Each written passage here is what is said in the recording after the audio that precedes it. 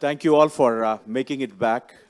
We had a very interesting session on all the practical challenges when it comes to implementation. We saw that. This is a very interesting panel, has three distinct breeds of people here, right? One is a economics and finance and policy academic. We also have a regulator.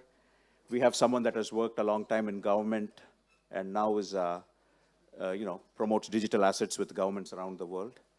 So welcome to the panel. Welcome all of you as an audience. So first off, why don't we get started with the presentation parts? And Jack, why don't you take over first?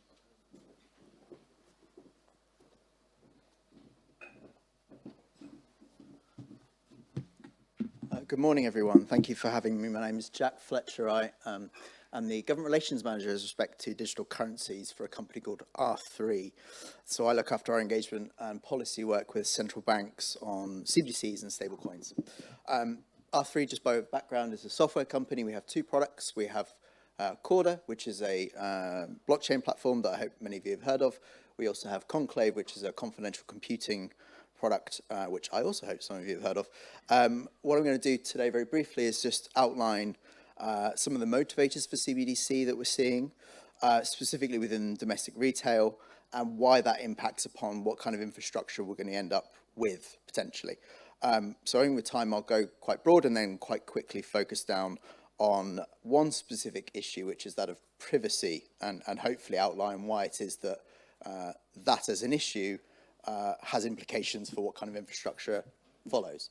So just by way of credentialing, these are all the projects that we've been involved with as R3 over the past 6 years. I think that the point here to really point out is the trend, which is that it started predominantly with domestic wholesale. There has been development in the domestic, in cross-border wholesale, and then recently we've got two that we're involved with, the e-krona in Sweden and then the digital tenge in Kazakhstan. I think what we the only thing really to highlight here is that within the wholesale space, the actors involved in that space quite naturally want the type of asset for a payment that is a CBDC or something very, very close to it because of its risk profile. And so therefore there is a kind of natural progression and want to experiment there. I think with credit to the central banks that were involved in these projects were as much about investigating what DLT could do as much as CBDC and kind of saying those things out loud, just so we're all here. What are the benefits of atomic swaps? What are the benefits of having infrastructure that will allow both sides to settle or no sides to settle, effectively becoming a technical sort of independent third party.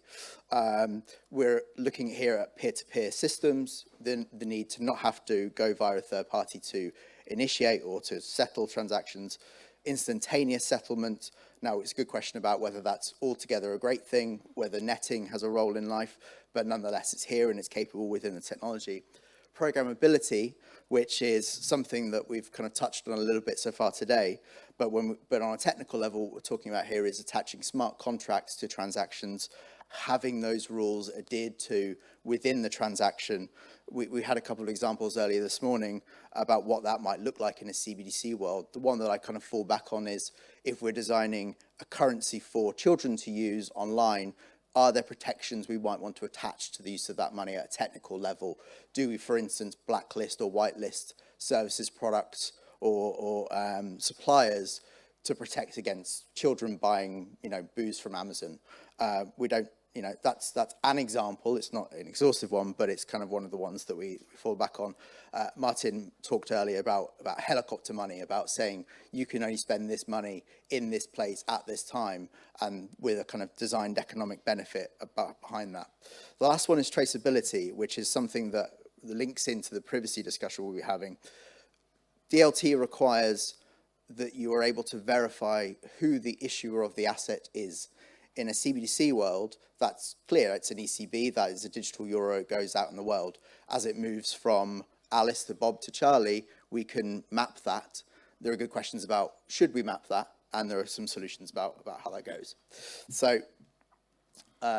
what we're seeing here is just to kind of outline at a domestic level with retail CBDC, some of the motivators.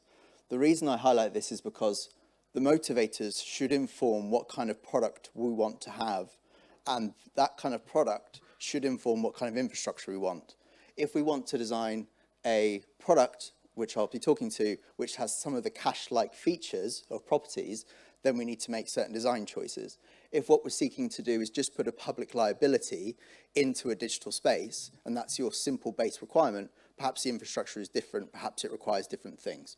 So briefly kind of covering over to these. So financial inclusion is a very interesting topic that we're seeing arise as a benefit of potential CBDC. I hope we kind of get a chance to talk about that a little bit later. It's certainly regional in how it might benefit. Digital economy, what we're talking about here is whether CBDCs can engage in the kind of DeFi world, in some sort of a next version of the DeFi world, or simply just allowing a nation to develop something, well, basically skipping past faster payments and going into real-time domestic payment environment. That's one of those that's being investigated. Monetary policy, I'll leave that for some of the economists in the room to really touch on here, but can you attach, and we've kind of already said it several times so far today, interest rates to CBDC? That on a technical level is perfectly achievable. I leave it for others to examine whether it's something you want to do. Private money in stablecoins, and this is, of course, a kind of a big hot topic following Libra's attempt a couple of years ago to move into the space, regulators wanting to do something about that, and kind of CBDC being the obvious tool as an alternative. Monetary sovereignty, an alternative side of the same argument, I would argue, and then financial crime. That is a much less common use case, but nonetheless, the logic following that you could remove cash from supply and force those onto CBDC. I'm not entirely sure how much I buy the argument, but nonetheless, it's prevalent. So when we think about cash, and this is really kind of one of the things I want to think about, and kind of to put a cat amongst the pigeons, is what are the properties of cash? And yes, removing aside the I guess the economic element of it, what, when we use it, do we get that we don't get with anything else? Cash allows for peer-to-peer exchange. We can't do that with anything else. We cannot equally exchange money, you and I, unless we have cash. Otherwise, it's a payment terminal and it gets complicated. Cash is universal. There's no barrier to entry there. I don't have to sign up to anything in order to hold it. By virtue of being in a place, not even sometimes being in a place, have access to it. Obviously, a cash risk-free asset, public liability, that kind of obviously provides the confidence. And then I think two of the key interesting areas are that cash transactions don't require permission of a third party, and they don't require the knowledge of a third party. Now, if we allow a situation, and I think it's one of those that is up for debate, where we follow the logic of the trend away from cash and into digital payments, what type of payments landscape do we provide for our citizens in that environment? Are there inherent rights that cash provide that need to be replicated within a digital environment and a digital payment token? And therefore, is that something that CBDC should look to replicate? This is a very open question. I don't have the answer. But those are sort of some of the questions. And then if we say, yes, absolutely, what I want, and this is where I sort of delve into what it might look like, what I want is a system whereby only those involved in the transaction, only those giving money from one to the other, know about the transaction happening and have any involvement in it. So this is where I become a salesman. So just by way of background, and this hopefully illustrates why some of our work is being done with us. Quarter starts from a slightly different place, which is private permissioned, which in this context simply establishes that you have a network, that participants of the network are granted access, that the rules of the network are determined by the governance systems of the network, and that participants are linked to real-world identities. So that's your starting point. Privacy at that layer is established by only those involved in the transaction knowing of the transaction. So this is in contrast to public chains, whereby in order to reach consensus, you have a broadcast or a gossip protocol that allows for other nodes in the system, in the network, to validate the transaction. That isn't the case in Corda. It immediately cuts down those elements. You have some advantages of that, one of which being that the energy consumption is far different from those sorts of Bitcoin-esque chains, far more akin to sort of traditional systems. What I'd also say is that it allows for the customizability of what we have also allows that regulators can see those transactions. We can devise a system whereby a regulator says, actually, I need to see transactions above, for instance, in the US, there's a $10,000 maximum before it needs to be recorded. You could have that automatically sent on to the IRS. So this is our kind of starting point. Within Corda, you obviously have, in order to validate the transaction, we're looking at two things. We're looking at who is the issuer, therefore I can determine that it is a real euro and not a counterfeit, and that the person who's giving me the euro is the rightful owner. So they haven't already spent it, and that actually they have a legal right to hold and give me that money. That is obviously done on a technical level, but by virtue of, in a very sort of basic implementation, if we have a chain where ECB issues the euro, they give it to Alice, who gives it to Bob, who gives it to Charlie. Charlie looks to give it to David. David, in his examination of the backchain, because he needs to prove that the ECB was the issuer, sees that it's gone from A, B, and C. That, on a naive implementation, doesn't look like privacy. It looks a lot like not privacy, because actually you can see where the money has gone through. So what we have is two really, but three within a variation, solutions to how you might provide privacy within a backchain. So you have something called chain snipping and reissuance, which is to say, in this example of the ECB to Alice to Bob to Charlie, that we make it a requirement technically that the ECB is involved in every transaction and reissues the new money, effectively gives a new note, so that when Bob receives the money from Alice, actually he really receives it from the ECB. That means that when Bob goes to give it to Charlie, all that Charlie sees is Bob and the ECB. Therefore, on both things he knew, one thing he wanted to know was it the ECB, and the other thing he was pretty sure of anyway because Bob was in front of him. So that's one potential solution. The other is essentially the use of secure enclaves. Those come in two sort of forms, one of which is a hardware solution and the other which is a software solution. The hardware solution is sort of enabled through sort of secure computing. That's where our kind of conclave product comes in. But essentially it does all of that verification, and no matter how long the backchain is, but in a secure environment that only checks for that one thing and only provides the answer to, in our kind of chain of people, David, that yes, it's a real ECB token, and doesn't disclose the fact that it's gone from Alice to Bob to Charlie in order to get it to him. That is in our hardware solution, and then zero knowledge proofs is the kind of, being somewhat artificial in how I distinct hardware and software there, but zero knowledge proofs is a software solution where essentially tremendously complicated mathematics, which are way beyond me to even comprehend, let alone explain, provide that assurance at a technical layer. So what I'm sort of, I guess, pointing at with all of this is that model, those options within it, are all benefits of, or solutions that are enabled by DLT, enabled by some types of DLT.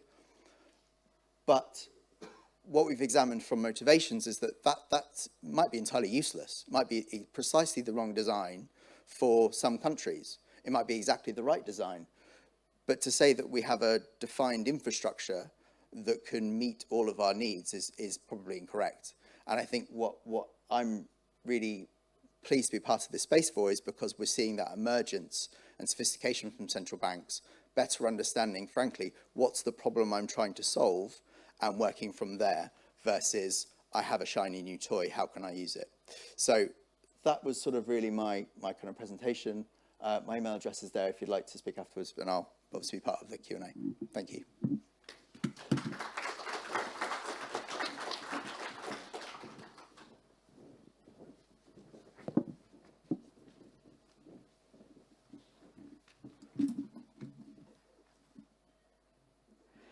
So good morning to everyone. I'm really pleased to be here with you. So after Jack, I think I will give the regulators' point of view and talk to you about both, I say, the retail side of the coin and also the wholesale side of the coin for CBDC, because both aspects are very much relevant. So just as a reminder, maybe this picture sounds very familiar to maybe a lot of people here, is that we have this ecosystem which is very well set with central bank money, which currently exists in the form of both banknotes and coins on one side, and also with the books of the commercial banks held, the accounts of the commercial banks held in the books of the central bank. So this is central bank money currently. And then you have the commercial bank money, which is really actually the bank money, which is distributed by commercial banks to citizens and to companies. So this is how the system is currently set up. Now, this subtle equilibrium is being, let's say, a bit shaken today by some new habits, new consumer habits, new ways of paying, the digitalization of the economy. And so, as you have probably seen, yes, cash is slowly, not disappearing, but at least going down very slowly in the usage of the public. Also, although there are some discrepancies between countries, for example, in some countries, even in Europe, I mean, some people use cash, whereas it's much less used in other countries. So let's talk first about retail CBDC. So the Eurosystem has engaged in retail CBDC for quite some time now, since the report which was launched in 2020 on the possible usage of a retail CBDC, retail euro. And this report actually sketched out a number of scenarios in which this retail CBDC could be used. It also identified, and this is key, because it's really let's say, the path that the Eurosystem is following, what the requirements that the digital euro should have to be implemented, with the exploration also of some possible architecture to implement it. One of the requirements, of course, was to offer a payment that would, means of payment that would complement the existing means of payment. It's not meant to, let's say, eliminate cash, but it should be made available with other types of payments. Also, it should generate synergies with the current ecosystem and the current payment system. So it's not meant to, let's say, completely, let's say, shuffle the ecosystem, but it should really preserve this equilibrium. Also, one key aspect is to preserve access to central bank money, because we have seen the development of private settlement assets such as crypto assets or stable coins. And so this is key to ensure that settlement money, central bank money, is still available for settlement. Also, in light of foreign CBDCs which are cropping up over the world, there are not that many initiatives, I mean, at the moment, let's say, in production. You have two CBDCs in production, and you have different pilots also, one of the biggest being in China, of course. So these are the key issues, and also perhaps one aspect is also to make sure financial inclusion is considered in this respect, to ensure that citizens have access to a safe settlement asset. So this public consultation actually was quite successful, because it gathered over 8,000 responses. And then all the responses also showed that there was a strong interest, as Jack mentioned, for privacy, which is really key in this respect, but also a solution that would be integrated into the current payment system, which would be usable offline and which would be secure. So in light of this, some experiments were conducted with our colleagues from the Eurosystem to assess the technical feasibility of several design options, which were explored with 4 different models, 3 on the back-end architecture and 1 on a hardware bearer instrument allowing offline payments. And the reports were published on the ECB and on our website as well. Just to give you an insight into the time horizon for the euro, the digital, retail digital euro in perspective. So in light of this, of the responses to the consultation, the Eurosystem launched an investigation phase that was last year on the 14th of July 2021. This investigation phase will last for 2 years, and actually it has started since the 1st of October 2021, and it's very intensive because we have to work together with our colleagues from the Eurosystem, first of all, to design the best use cases to start from, to design also the settlement model, who would be validating the transactions, to think about privacy as well, and to think about the both of the back-end solutions and the front-end solutions. So a lot of things to solve. Also, bearing in mind that legislation also has to be prepared. So, because legal tender has to be given to this retail digital euro, of course. Legal tender is the fact that merchants would have to accept this digital euro. So, a lot of work has also to be done on the side of legislation. So 2-year investigation phase that will lead us to the end of 2023, where in light of of all the studies and all the work which will have been done, the Governing Council will decide whether or not to launch this retail digital euro.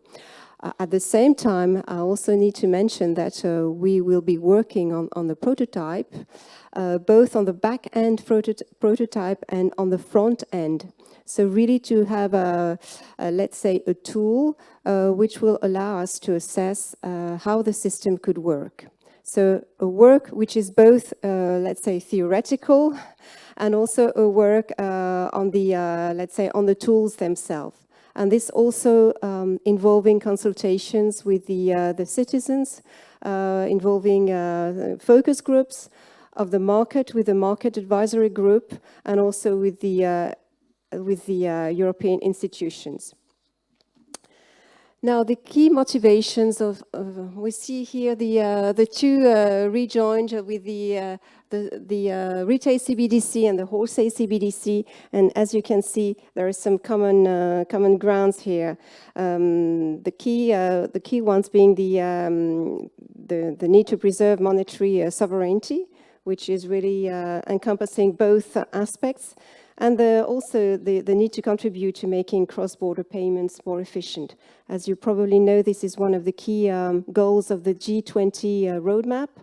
And we are quite convinced that CBDC could actually very much improve this. And of course, I mean, we have on the left-hand side, I have mentioned all the requirements and all the motivations, which were also mentioned by Jack.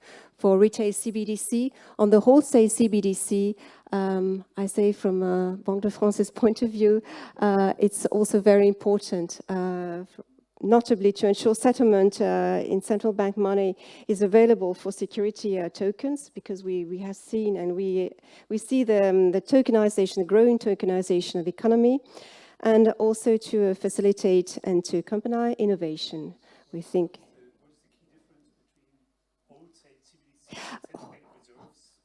Well, wholesale CBDC is actually, let's say, much broader, because it could also encompass the distribution to citizens. I mean, in the end, wholesale CBDC like bank transfers and can be used for settlement on financial markets. One is B2B and one is B2C. Is one way to look at it. Between banks themselves, between the central bank and commercial banks, for example. wholesale side, exactly. But yeah, it also includes the settlement of trades. Huh?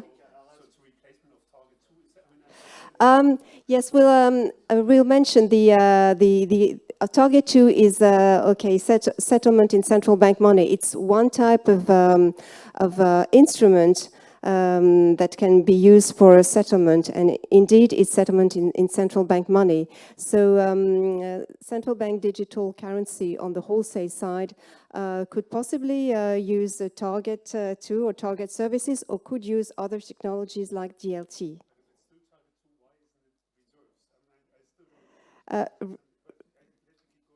Yes. Okay. I think yes. We'll go on and try to explain all the possible use cases for wholesale CBDC. So in fact, yes, we see the tokenization, the growing tokenization of the financial world. So settlement of financial transactions can really be eased with the central bank digital currency. Because we have a tokenization of financial instruments, but we would need to be able to settle also in a tokenized form, which could be indeed using this digital central bank currency. Also, we see an interest in having a central bank digital currency for wholesale markets to prevent liquidity fragmentation, for example. If you have other assets, like, for example, crypto assets, various private assets, you could have pools of liquidity for these assets which could build and which would indeed prove fragmented, whereas universal use of a central bank digital currency would prevent this. Also, the last aspect being to support innovation, because we see it as an opportunity to build on new technologies like the DLT, and to identify the risks stemming from this, and also to identify the possible efficiencies that we could have on this side. So in this respect, also this is not yet part of the Eurosystem work, but Banque de France, as you may know, has been experiencing has been doing a lot of experiments in this matter, looking at various use cases possible, and we have conducted actually 9 experiments so far, with experimenting different aspects like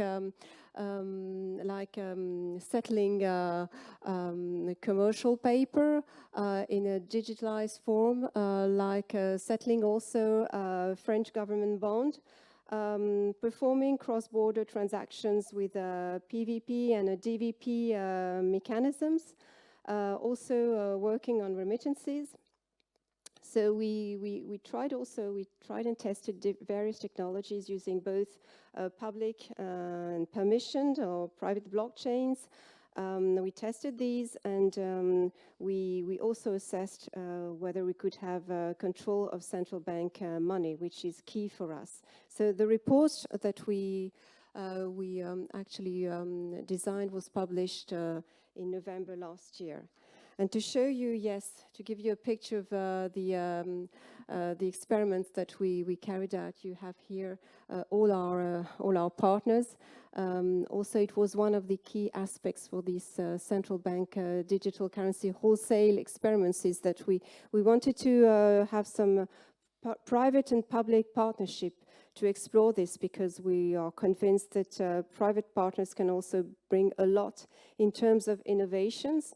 And they are also very close to the markets, and we think it's very useful for central bank to be on this line also. So the main lessons that we learned, I mean, they're good lessons. I mean, very positive ones indeed. The main lessons that we learned was that, first of all, through these experiments and using the various DLTs, indeed, we could reduce trade to settlement delay. For example, today you have two days between the date then when the trade is actually made and when it's settled, because you need all the process of reconciliation of the trades between the intermediaries. Whereas when we use the DLT, we notice that this can be done in the same day, almost instantaneously. This is a real advantage. It can also optimize liquidity because you need to. This can be more fluid, less consumption of liquidity. Also, in terms of cross-border transactions, we noticed that we could have, using various DLTs on various platforms, we could make DLTs interoperable. And so we could have a CBDC in one DLT and another CBDC and another DLT, and we could make these two interoperable. So this can show that foreign CBDCs can be transacted easily for cross-border transactions. Optimizing also comparing to correspondent banking models. So this was very useful for cross-border transactions. So we are keen to explore this further. And finally, on the technical takeaways, one important aspect for us is that we showed that central bank money could be kept under control of the central bank, which is obviously very important for us as a central bank, that we can keep track, and we can keep also we have the assurance that the volume and the transactions are being monitored very closely. And also that it's very flexible. We can have very flexible systems with different systems coexisting, which is interesting, and showing also that we could use the blockchain, the DLT, to have a wholesale CBDC, and that we could also final settlement could be effected on the legacy system. So this means that there is probably possibility of having a transition, perhaps between the current systems, the legacy systems, having some complements, so using new technologies, and maybe in the future having DLTs. Now, regarding the possible implementation options, these are, three forms of possible implementation options to, let's say, link the market services on the DLT and the central bank services. You could have, let's say, a possible interoperability with a link between the DLT on the market side and the DLT on the wholesale CBDC side. So that would be interoperability. Another type of model would be where you integrate on the same platform the settlement of the tokenized form of the financial instrument and the cash leg. And third, you could have possibly a model where you would actually have a distributed model where the cash settlement would be done on a separate DLT. So all these needs to be explored, but in terms of experiment, for the experiments conducted by Banque de France, we tested all the three types of models. So a lot of work still to be done. We have not finished with this. On the technical aspects, let's see. Of course, there are some further aspects to examine, like the scalability of the DLTs and the performance. Also the resilience. Let's say we have tested indeed these transactions for a limited volume, but we see that the blockchains and the DLTs are changing very quickly, are evolving, are becoming more and more efficient. So by the time we continue in our experiments, probably the efficiency will still be enhanced. One key aspect is also the resilience of such systems.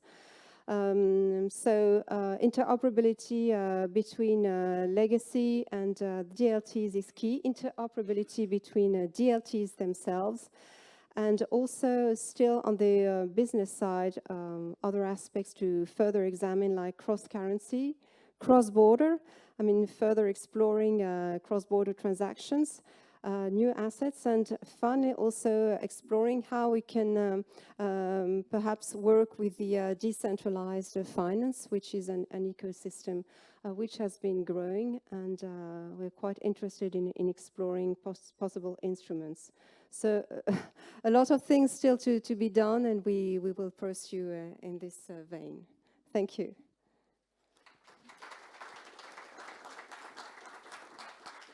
Andreas, we are only 25 minutes over, so but good discussion though. Okay, so thank you for having me. Just as some background, I'm a professor at the University of Toronto. I have no ongoing relationship with the Bank of Canada, so I speak for myself. And yeah, so let me just give you some background on why I'm here, I think. So this is about a project that we did with the Bank of Canada. Although I'm an academic, this project has nothing to do with my normal academic work in the sense of that there is no empirical analysis, there's no model involved. Really what it is a design proposal of how would you want to do a CBDC, a retail CBDC, once you decided you want to have one. So just for some background, so the Bank of Canada, as you saw also from Jack's presentation earlier, has done some really early work, has been involved in the CBDC space for a while. They had Project Jasper, which had various different stages, going from some simple bank-to-bank transfer all the way to international transfers. So I've done a lot of work on that, and parallel to that, they've also done some work on retail CBDC, which is now picking up. In June 2020, the Bank of Canada started what's called the Model X competition. What that was essentially is that they approached several universities, I think across Canada and North America, asking them if they wanted to participate in a possible design proposal competition. They specifically targeted people from engineering/computer science and business, and wanted to form research teams that cross these two spaces. And they specifically approached people who had a background in blockchain technology.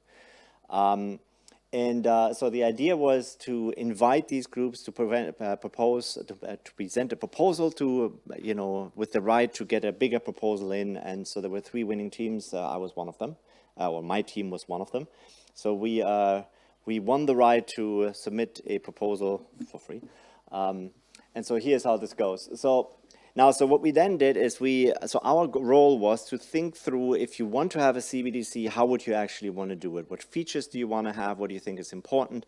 And the important part here is to think of, so in contrast to much of the discussion that we have in academia, which is usually quite general and quite high level, here the idea was really to say, okay, so we are in Canada, we have specific Canadian problems to solve. The problems that Canada tries to solve are very different from the ones that, for instance, the ECB tries to solve, or that the US would probably want to address. So for instance, my pick on the ECB, for instance, is they have they want to make sure that across the Euro Union or the European area, you can pay with the same means. Whereas in the US, there's a lot of unbanked and underbanked parts of the population. Whereas in Canada, we have a large part of the population that, as Sankar put it so nicely, lives in the woods. This is obviously not the way I would put it as a Canadian. We have a large indigenous population, which is excluded often from digital infrastructure. So this is a problem that we have to look after. So, and we are a small country, we are a big country, but a small population, and dependent very much on our southern partner.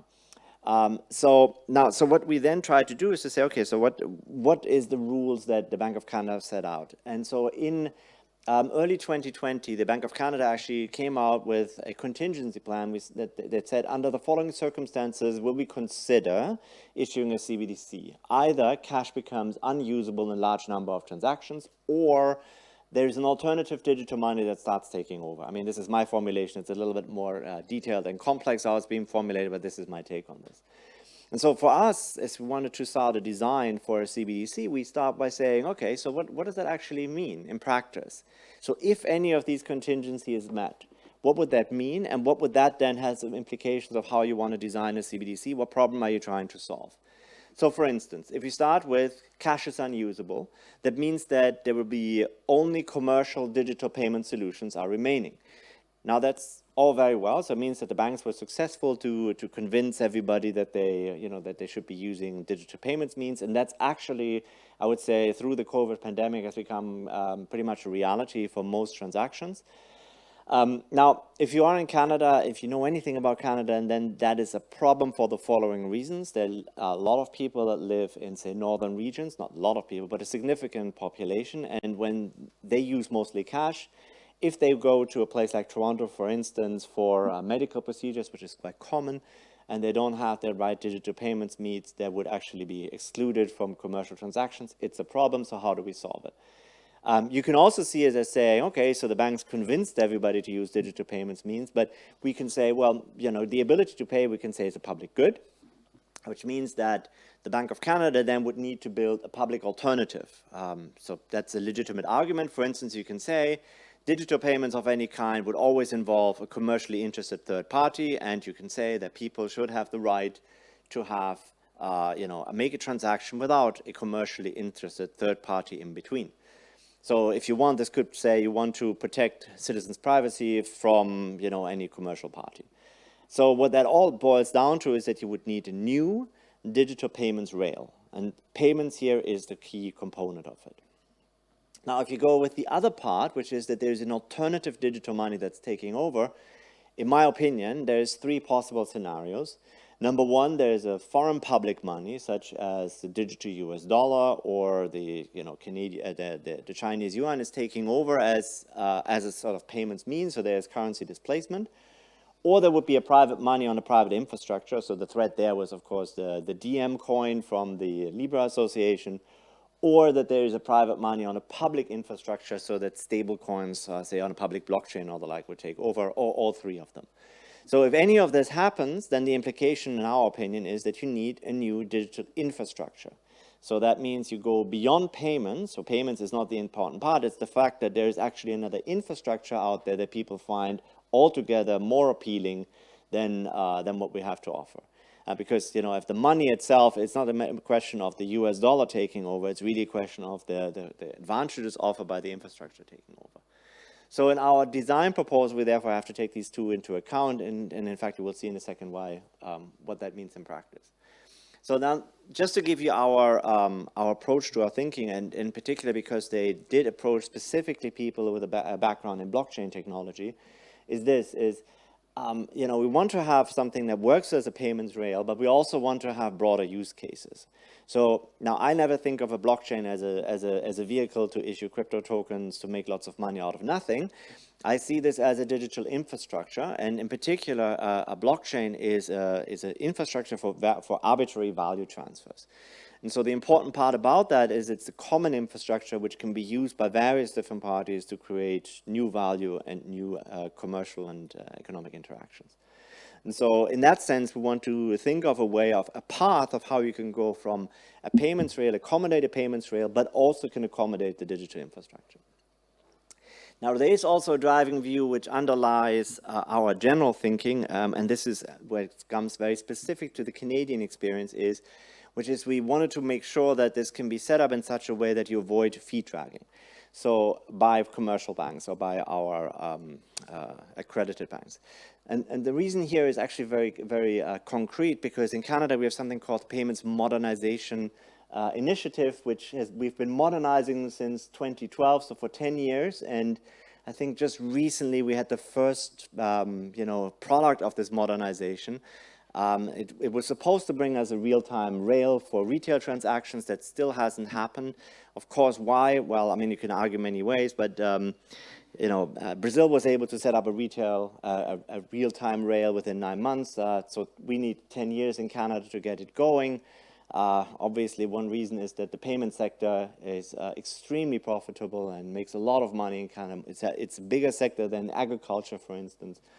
And so, why is that? Well, the way this whole system is set up in such a way that actually it's run by Payments Canada, which essentially belongs to our commercial banks, and and I can say things now, by the way. So this is one reason why we're brought in. Central bank, I cannot say this, but we can say it. So basically, I mean, if you talk to any central bank who is no longer in the central bank, they're all annoyed with the commercial banks for dragging their feet. So you need to set up in such a way that they can't be doing that. So now, the required components that we need to have, and we're doing a much more simplified version than the Banque of France, of course, did in all their thinking, is you need to have an onboarding procedure which works, right? So this is the first thing. If you think about I mean, at the end of the day, a CBDC will be a payments product. It's a product. It's not just, it's not something abstract. It's not about whether or not we pay interest and so on and so forth. It's all very interesting, but it has to work for people. People have to be able to use it. So first you have to think of an onboarding process which is sufficiently easy that it doesn't take people half an hour to do. It needs to be something which is mostly instantaneous. It needs to be AML compliant. That's something I'm going to talk about a bit. And you need to have a connection to the legacy or the traditional infrastructure so that it can actually work. In particular, this comes from our driving view. It has to be set up in such a way that you can make financial institutions, play ball here. Then there's also some features and goals that should be there. So there should be strong privacy protection. There should be no direct interaction with consumers directly or customers, because that's a central bank. The Bank of Canada has, what you tell me, 300, 400 employees. They don't have a call center, I hear, so clearly they don't want to be doing that. But you need to have innovation and competition in payments. This is actually what the Bank of Canada requires or asks for. And it should be a competitive product. And, of course, universally accessible. So the synopsis is actually, we thought we should do this in a two-phase process. The first one basically creates a centralized platform if you want a new payments rail, which, however, is you create a new entity that actually allows the connection to the legacy infrastructure, and the KYC is done by existing channels.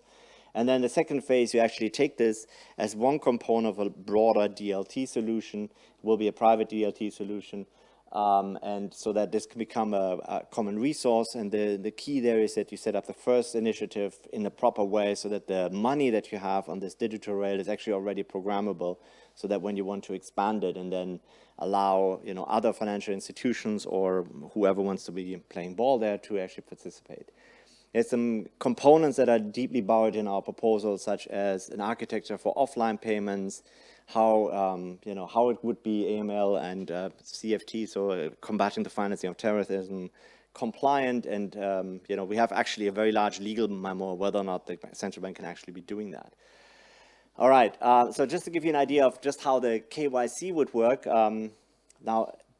Fundamentally, the idea that we, of course, have is it is based on a software tool, but you can imagine that you can also develop a device would do it. You basically obtain a wallet, which is a public-private key pair, very similar to what you have on Ethereum, for instance. And then that would be registered in a meaningful and quick way with existing either government services or even commercial banks. For instance, there's actually a solution called Verified Me that could be used there, but you can also use the provincial service agencies. That there is a process that you can link that.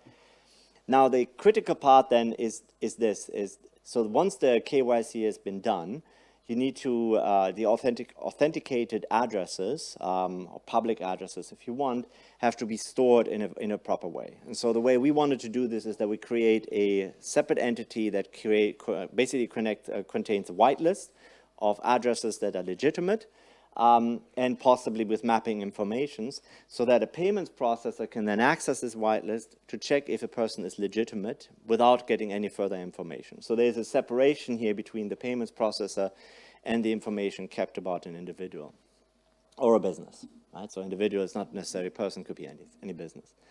Now, the next thing is you need to fix it in such a way that it can be connected to the legacy system. And that brings me to this payments processors, because this payment processor, the way we envision it essentially is a narrow bank, because it would be issuing and it would be fully owned by the Bank of Canada. Therefore, as it issues CBDCs, all that it does basically it converts the commercial money, if you want, to CBDCs via the existing payments rails. This could be, once there is a real-time rail, would happen in real time actually, so that people can take an electronic transfer, send it through there if you want narrow bank, and then go from there.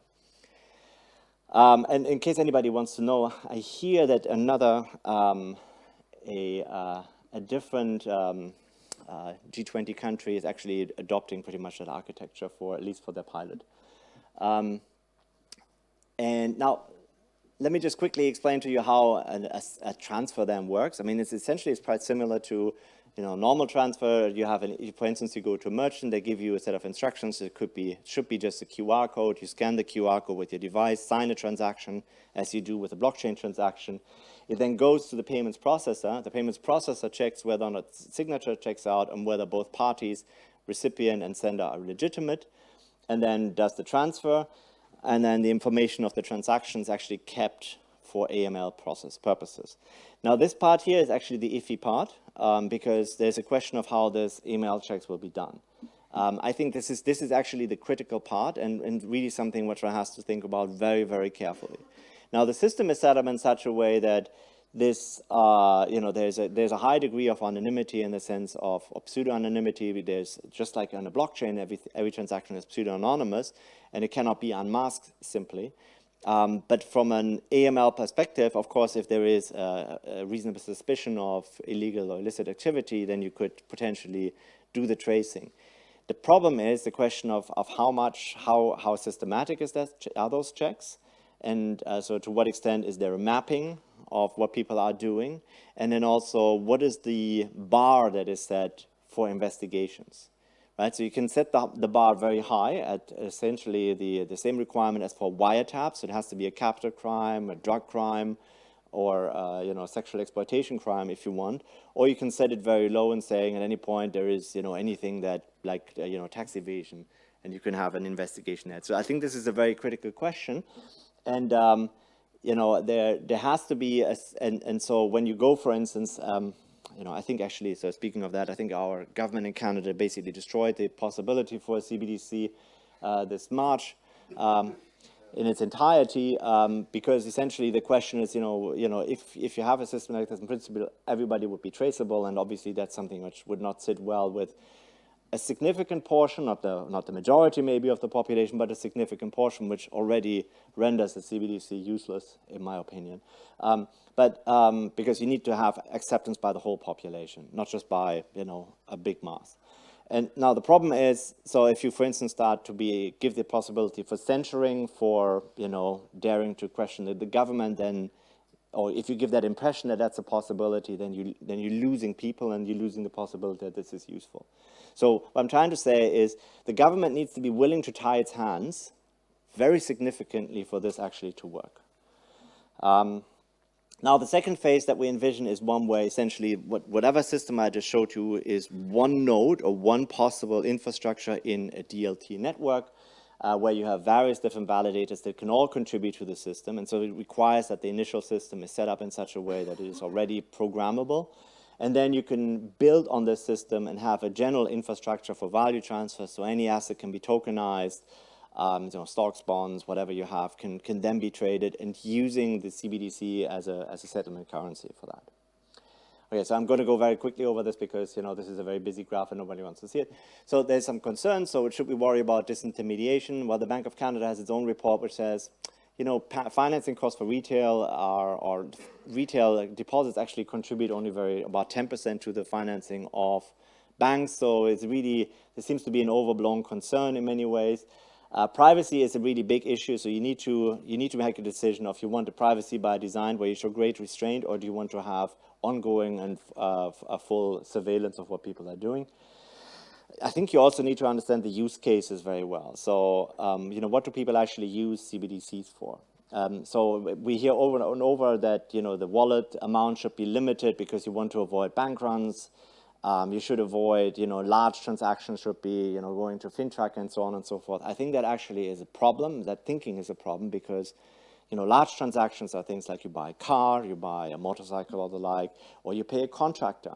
And these payments are often way in excess of $10,000. So if you make this not possible, then you're basically actually killing a very big cash use case. And you actually, I think what I'm trying to say here is you need to understand the use cases very well. And if you think about people that just want to use this for chewing gum purchases at a corner store, I think that's wrong. Now, then you also need to think about the ongoing technological innovation. So a government design and build system could be problematic by itself because the government is not prepared to do ongoing technical improvement or technological improvements. So, finding the right balance of involving the private sector is important, which is why we think actually the DLT solution, which essentially will be maintained by the private sector, is the right thing. And so that's basically my summary here. So just the idea is, very importantly, you should think of a CBDC as one part of a larger infrastructure of value transfers. And you need to build it on a solid foundation. And you should, however, as it is, and you should avoid a solution by committee. So if you try to get everybody on the table and everybody to play ball, I think that's also not going to work. So at some point, you just have to take a lead. And that's it. Now, I would say last thing, I think this is really important. We have all these discussions here as technocrats, if you want. That's really what we are, right? I think that to have a very broad discussion is really the critical part, right? Because we can, as economists, we focus on our own little problems, but I think real people have real problems that they want to solve, and I don't think we actually know them, right? And if we want to have a CBDC, and this is going to be really far-reaching, it's important to actually have a broad, sensible discussion, which can be a little difficult these days. Okay, that's it. Right.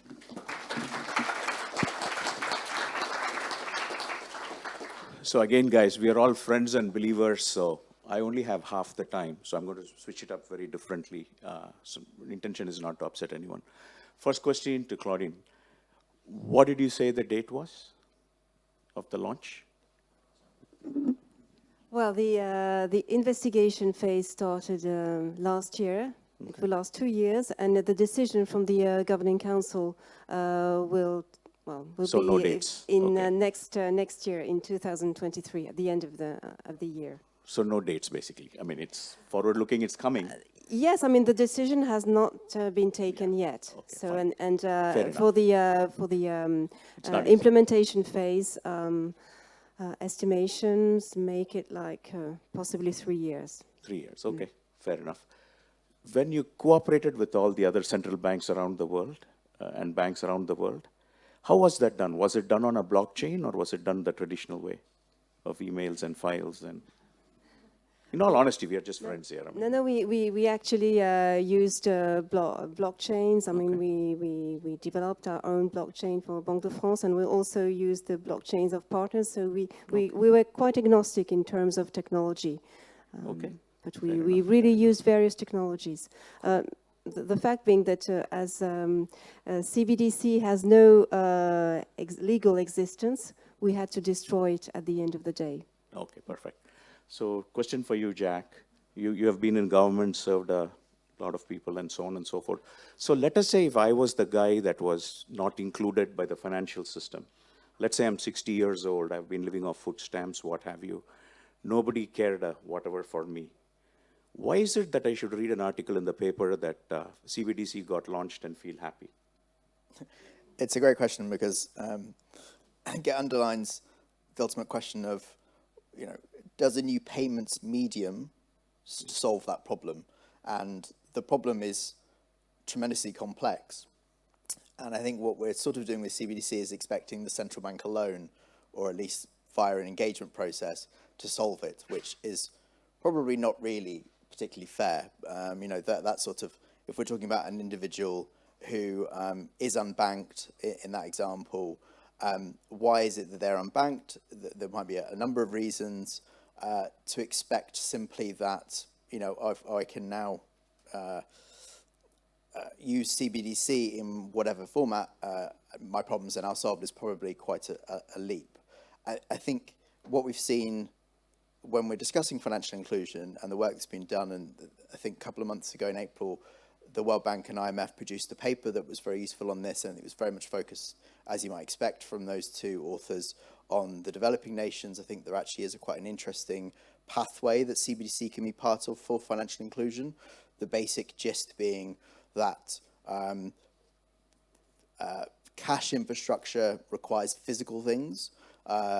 CBDC infrastructure could be, obviously requires physical, requires, Wi-Fi, requires broadband connectivity, but is built upon a different set of physical requirements that appear a bit more future-proof.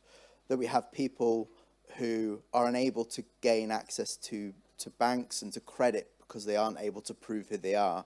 The argument in that paper being that the use of CBDC might allow them to build up that sort of payments picture of who they are and then be able to gain access to those sorts of institutions that can provide them with stuff. But it's really complicated. I mean, if we think about actually, even in a developed country, why it is that people aren't able to get into the financial system, it's not straightforward. And I speak to a friend of mine who works for a major commercial bank in the UK, and I assumed it was AML. And she's like, no, it's not AML.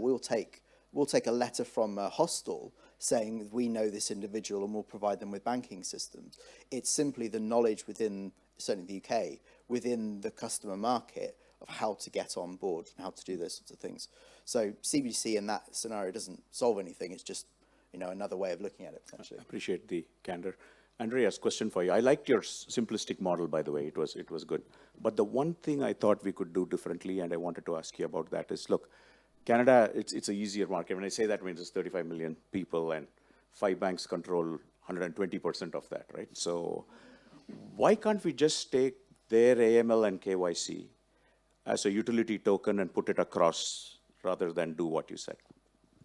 Oh, that's a very good point, actually, and I agree that's probably what the solution will be. So the banks have already done the KYC and analysis, and that's going to be the end of it, right? So the system that I had up there on my screen with Verified Me is actually a bank system, and that will be the simplest path on that. Now, can I please go back to Jack's point? Yeah. And I actually want to have a counterpoint here because, so I think central banks actually are in a bind, generally speaking, because once they are using a particular system, they have to make sure that they're in charge, right? So that's just the fact. They need to be boss on it.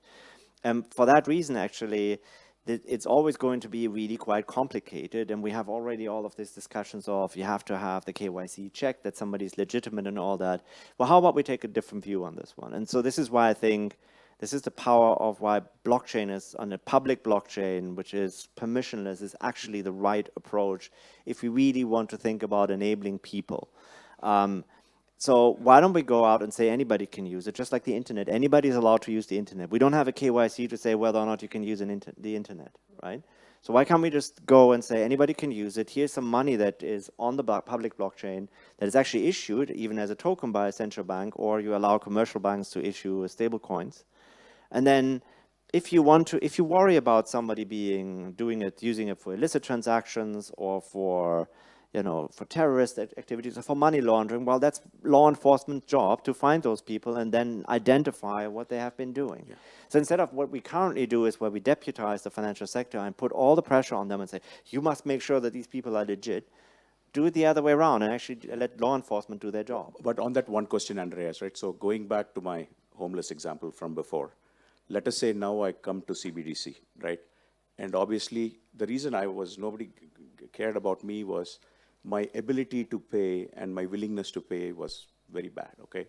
So shareholders that run private sector banks did not have me in their whatever to make a credit decision.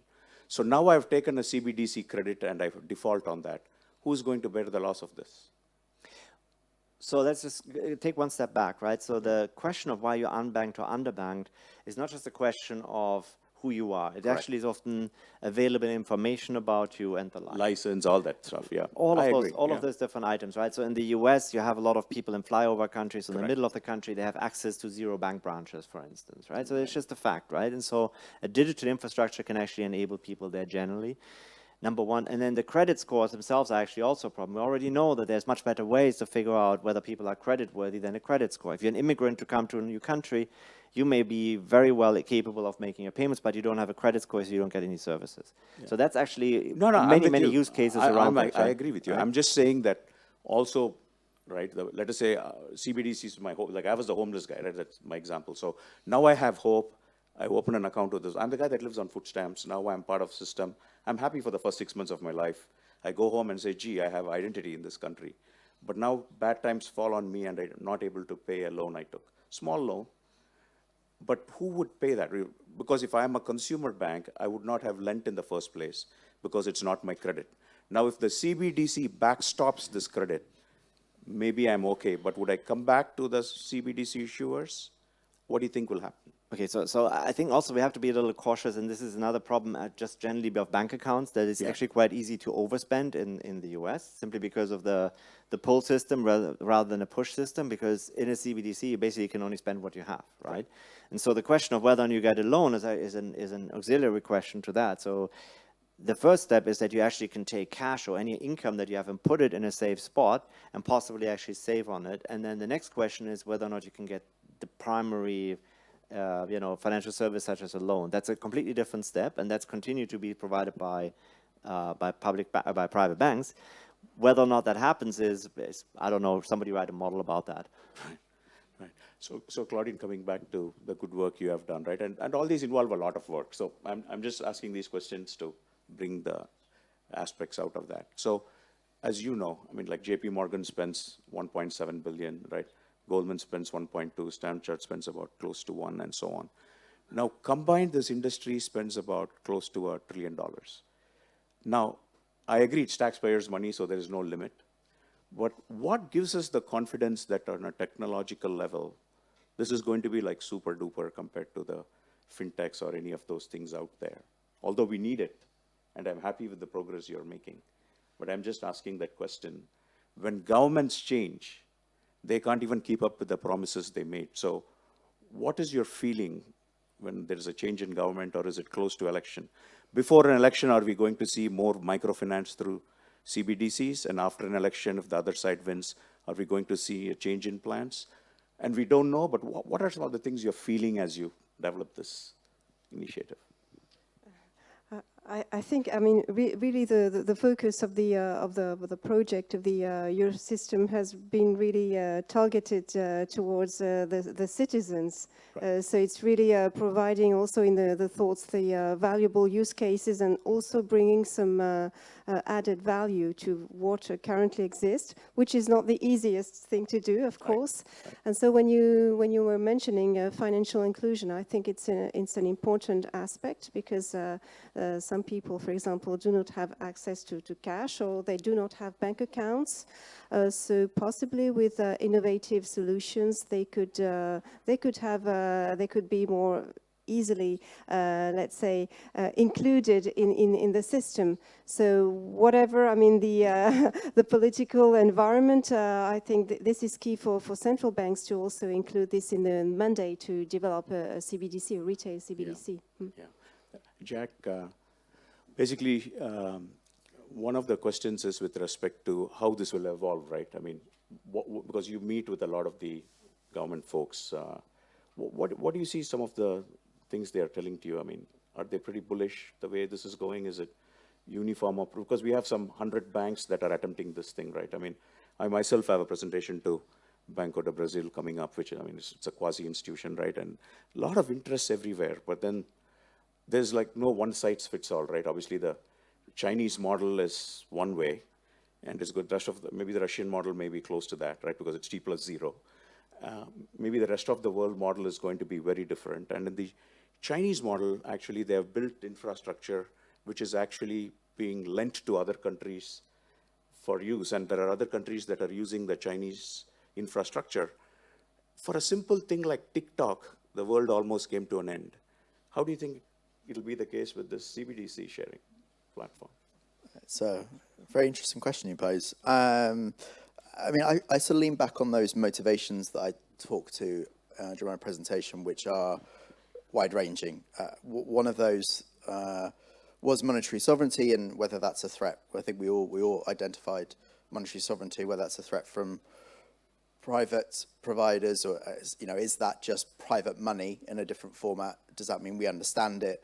Does it mean we simply apply the same regulatory regime we do to the existing credit-generating institutions?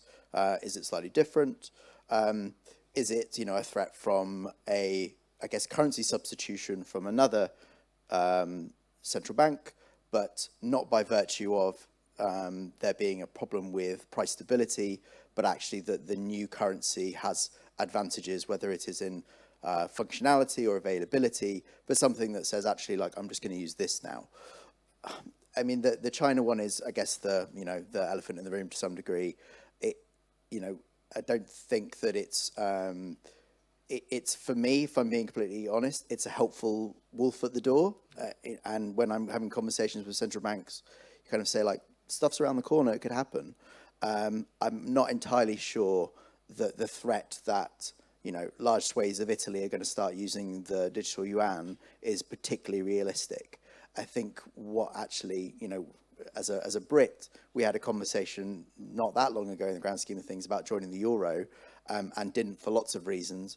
And we've left the European Union partly because, we're British and the pound means stuff type nonsense. So there's a connection between currency and and nationality, and therefore I think actually it's more complex than simply what's possible.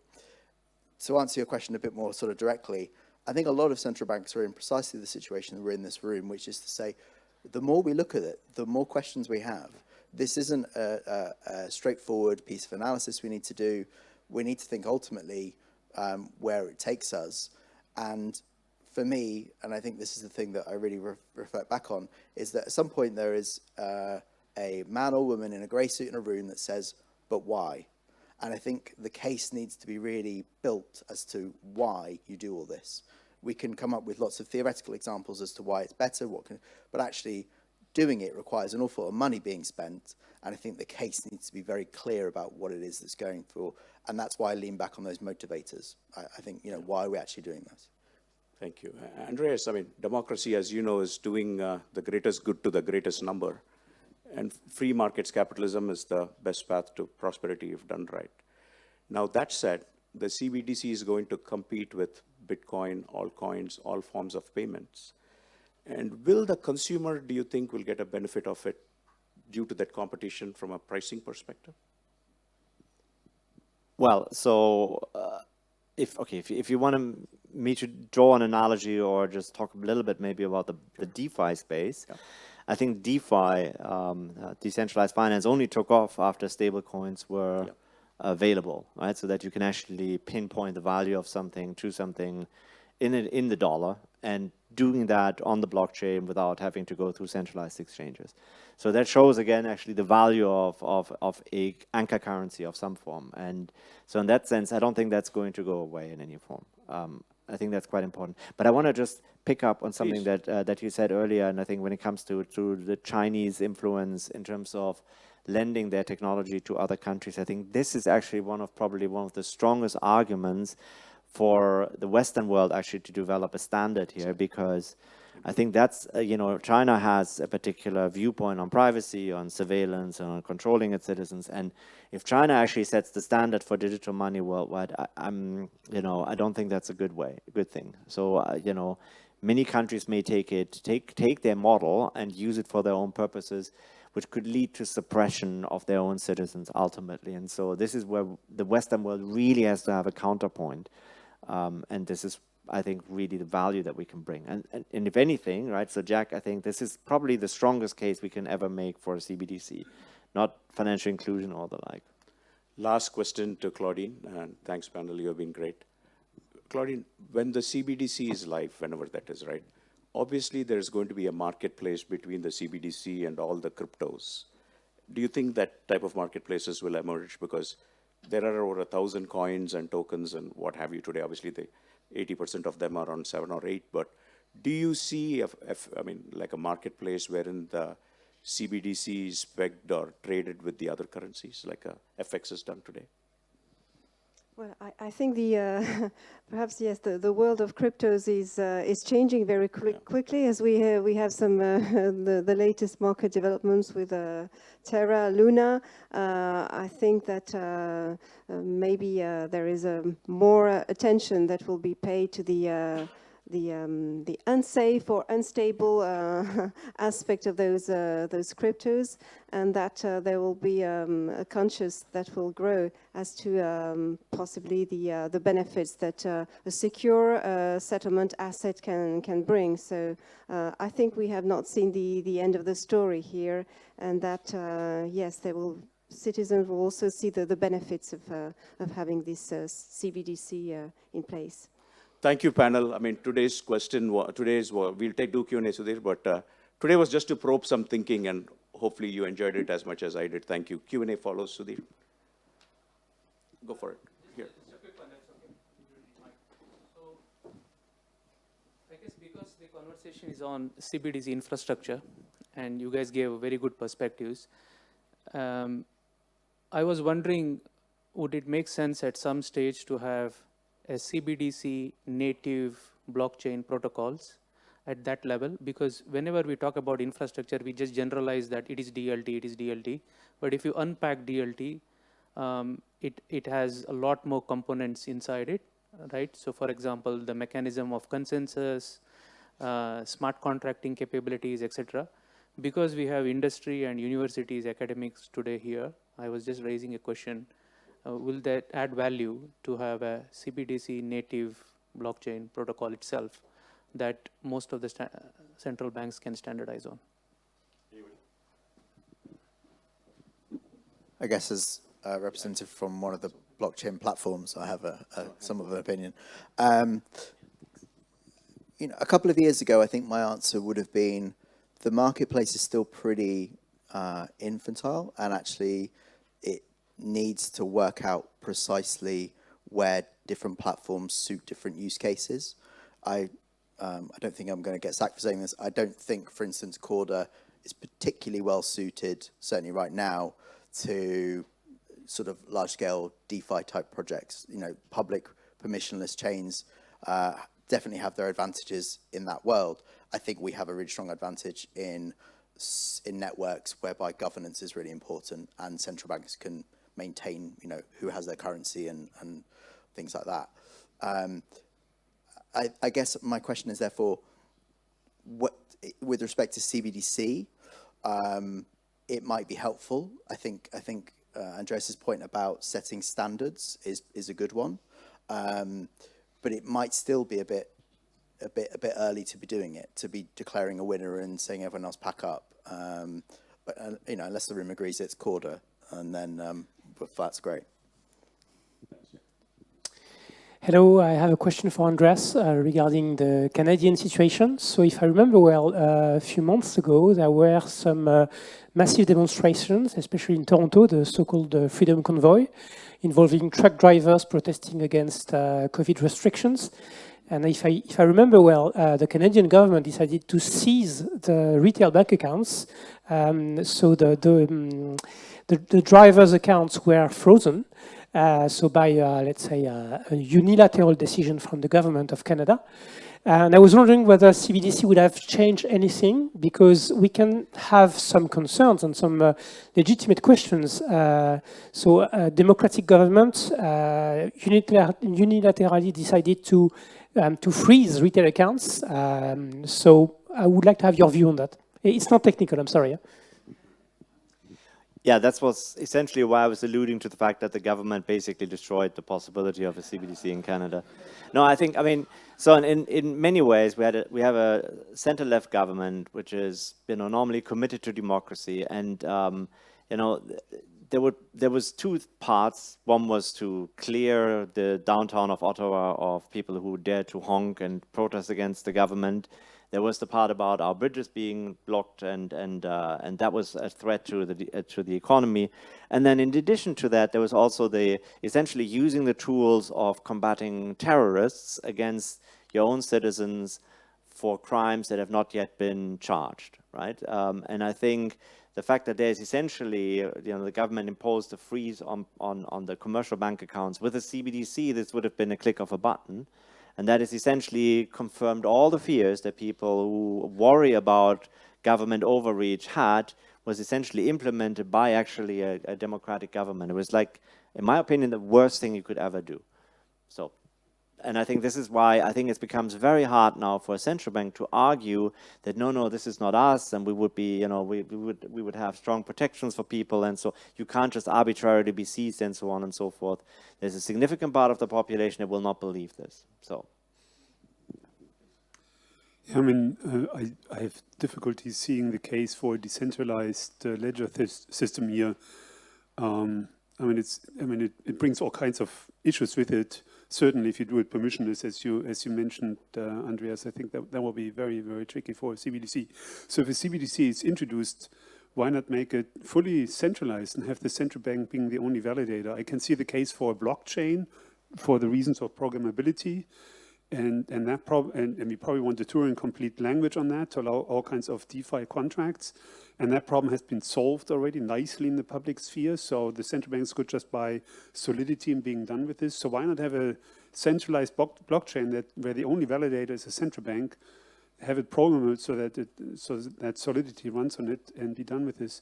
The other question for the use case is, we have fast payment systems. They are either in developments or already in place that enable transactions to go very, very fast, right? And so why do we need, let's say, wholesale CBDC tokens? They're not going to make it faster, you know. So what, I mean, it's again, it's back to the question: what's the use case for CBDC in comparison to fast payment systems? This was for me?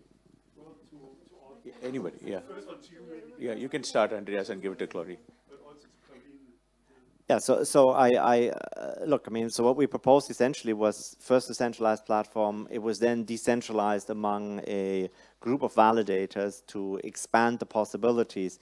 The way I think we think about it is that there's going to be a very high level of throughput and a lot of different activities that you want to be able to, you know, be done by various counterparties. So you want to basically shift the burden. So for instance, you could imagine that one part of participant is a stock exchange which processes, or a bank which processes trades on a market which is very high throughput, needs very high you know, number of transactions and to be processed, and that can be done better by that one party instead of putting everything on the central bank and asking the central bank basically to permanently innovate in terms of the technology. I think the government is just not ready for that and is not well prepared to be doing this. The expansion and the scaling is better done by the private sector, in my opinion, right? So there the economist comes through, or rather the market economist comes through. I hope you appreciate that, being from Chicago. And now I pass on the wholesale.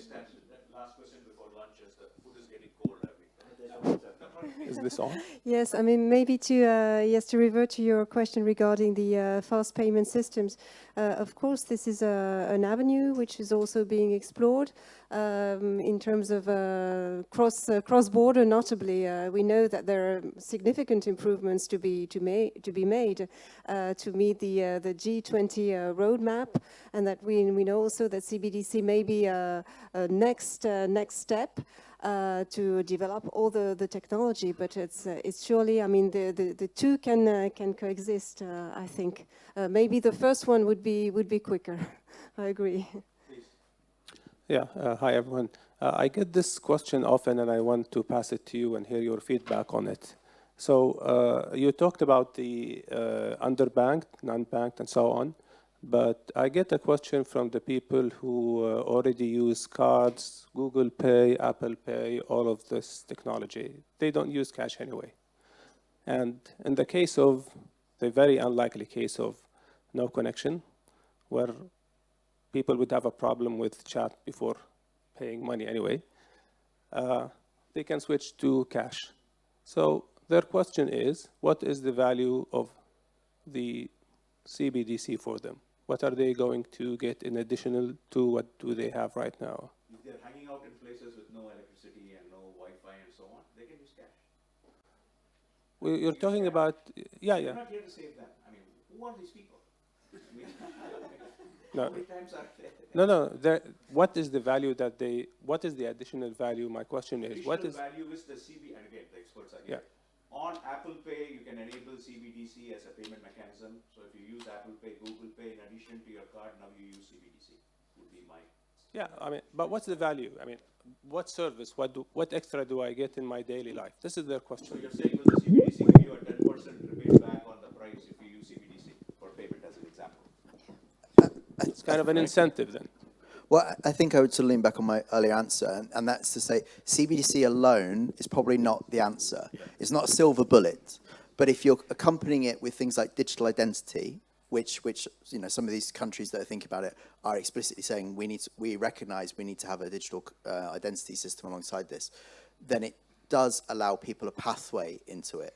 It's absolutely, in my view, not a silver bullet. It won't solve every problem from day one of issuance, but if what you're talking about is, and part of the issue discussing this is that we're talking about really complex different things in different examples. Some of us are talking about people who live in the woods. Some of us are talking about people that just don't have access to anything that looks like a verifiable identity to begin with. So we're kind of talking over each other. But if what we're thinking about is infrastructure that's required to get you into the banking system and then develop your relationship with it, digital solutions seem like the pathway forward. And CBDC could be part of how you do that. It doesn't have to be. Ultimately, it's just a settlement medium. Could be a stable coin. Could just be digital solutions currently available also become available to you. but it's about kind of encouraging that ecosystem, and that's where I kind of think the best line of argument is. Sure, quick. Don't blame me for the cold. No, that's on that regard. I just wanted to quickly point out. I mean, we have to understand that the private sector has a huge role and has played a huge role in banking people. I mean, we forget, you know, the great initiatives, the private sector initiatives like M-Pesa or Alipay, and we, you know, WeChat. No, not yeah. So. I mean, so much more successful than the state banks that we've had for forever. So why not harness the idea of CBDC as being a solution or the solution to this problem of unbanked? I don't know. I mean, there are nations that say, yeah, that exists, but we still have underbanked people. So the private sector has, in that sense, because we're talking about 10 people in a field, they're not serving them. So maybe the public sector does have to step in there. But I mean, it's a rich tapestry of stuff, isn't it? It's not. On that good note, good thanks to the panel for